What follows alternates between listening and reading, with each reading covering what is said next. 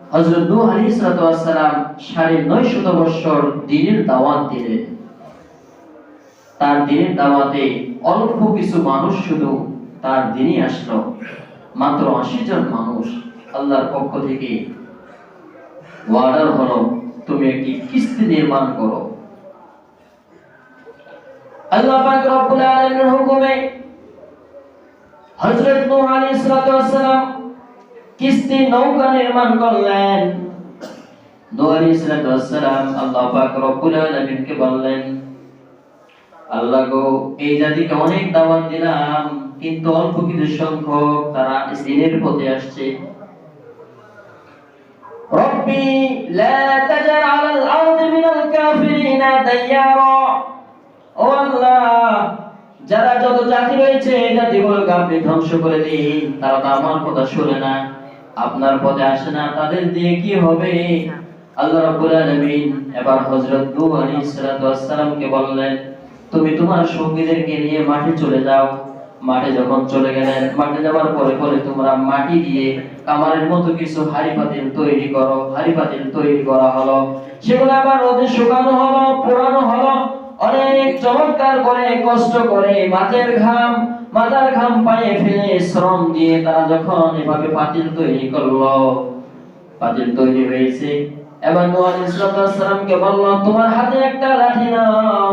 লাঠি যখন নিল, বলছে এক একটা করে প্রত্যেকটি হাড়ি পাতিল গুলো ভেঙে ফেলো। নূহ আলাইহিস সালামের মনে কষ্ট হলো, এত রোদের মধ্যে অল্প কিছু সংখ্যক সঙ্গী নিয়ে আমি এগুলো নির্মাণ করলাম, এখন আবার এগুলো ভাঙতে বলতেছে, এটা তো খুবই কষ্টদায়ক। আল্লাহ যেহেতু বলছে ভাঙতে হবে, সঙ্গে সঙ্গে এগুলো ভাঙিয়ে ফেললো।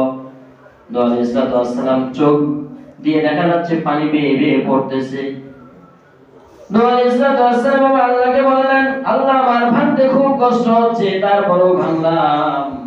এবার আল্লাহ বলে, আমার নবী নূহ রে, তুমি এগুলো নিজ হাতে তৈরি করেছো, কষ্ট হয়েছে, মাথার ঘাম পায়ে ফেলেছো, এরপরে এগুলো নির্মাণ করে তুমি এগুলো আবার ভাঙিয়ে তোমার মনে কষ্ট লাগছে, কষ্ট পেয়েছে, এজন্য কাঁদতেছো।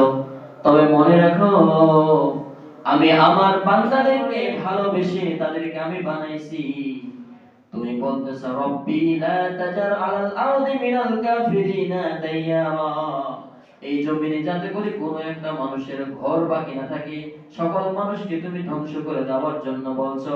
তাহলে দেখো, তুমি সামান্য মাটি দিয়ে পাতিল তৈরি করেছো, এটা যদি ভাঙতে এত কষ্ট হয়, তাহলে আমার এই বান্দাগুলোকে আমি মারবো, এটা কেমন কষ্ট হবে তুমি কি একবার জানো না?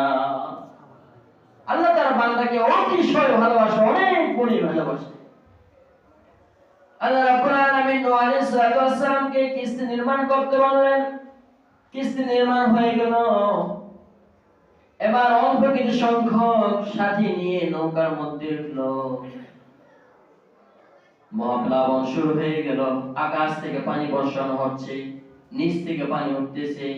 এভাবে চলতে চলতে অনেক দিন হয়ে গেল। কিতাবের মধ্যে আসছে ১৫০ দিন এরকম নূহ আলাইহিস সালামের প্লাবনটা ছিল।